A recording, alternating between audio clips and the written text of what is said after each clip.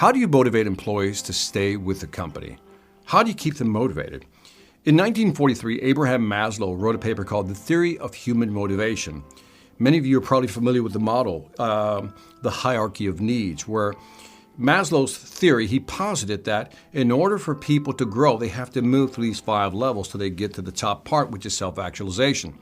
So let's go through the model very quickly. And then I'd like to propose an alternative model for today's era.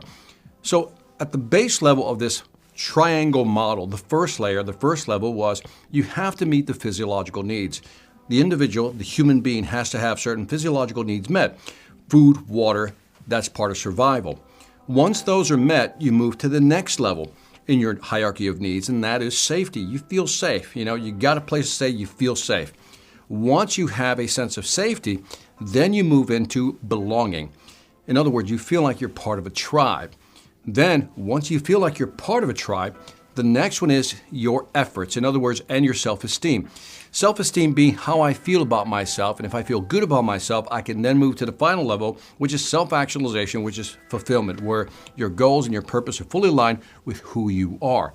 Now, in this paper, Theory of Human Motivation, I love the structure, but I think we need to update it because a lot has changed since 1943. So I'd like to kind of revise it a little bit, call it the theory of employee motivation. In other words, how do we keep employees motivated? And more importantly, if they're motivated, they're going to stay with the company. And I truly believe that motivation and retention are inextricably linked. So here's how I would redo the hierarchy of needs. I would first begin at the base. And as opposed to physiological needs, I would talk about compensation. Compensation is something that every individual has to feel good about. In other words, how much are they making getting paid? We all have bills. We all have to survive. So if you're a manager or a leader in a company, I would look at a compensation package, an employee compensation package, and say, is it fair? And again, it could be a base salary, base plus commission, base commission, and some type of benefits associated with that, whatever it may be. What we need to do is make sure that employees at least have a base compensation package that they feel good about and comfortable with. Once you fulfill that need, then the next level up in the hierarchy would then be probably culture. Culture is where you feel like you fit in, and you're also creating a sense of safety, right? Safety to maybe have dissenting opinions. Safety to be able to say, I don't know, I don't understand. Too often people feel intimidated and they don't really want to admit when they don't know something, or they're afraid to speak up. So we need to create that culture of safety. People feel safe and comfortable in that environment. The next level up, once that's established, is camaraderie. Right? Be part of a team. Be connected to other people. Be working on projects where we're in it to win it together. And if you can create that, then the next level becomes, this is where contribution kicks in. Contribution is important because not only do people feel like they want to contribute, they do want to contribute, but they also have to feel that those contributions are being recognized and appreciated.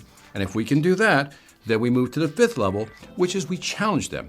We challenge them because we want people to grow. Now, let's go through the hierarchy again. If I could compensate somebody, create a culture of safety, build a team of camaraderie. In other words, we're connected, we're in it to win it together, as I mentioned. My contributions are really being recognized and appreciated, and I'm being challenged every day to grow, then I'm going to want to stay at a company. I want to be there.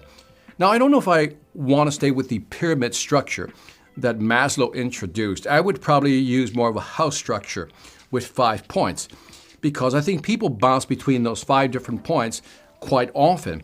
And it's up to us as leaders and managers to make sure that those 5 dimensions, those 5 points are always in play. And if we can do that, if we can ensure that those 5 pieces are always in play, then employees are going to be happy and eventually we're going to create superstars.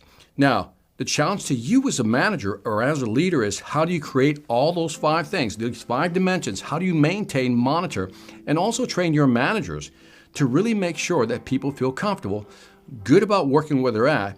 And if you do all these things, I think you'll see a higher level of retention.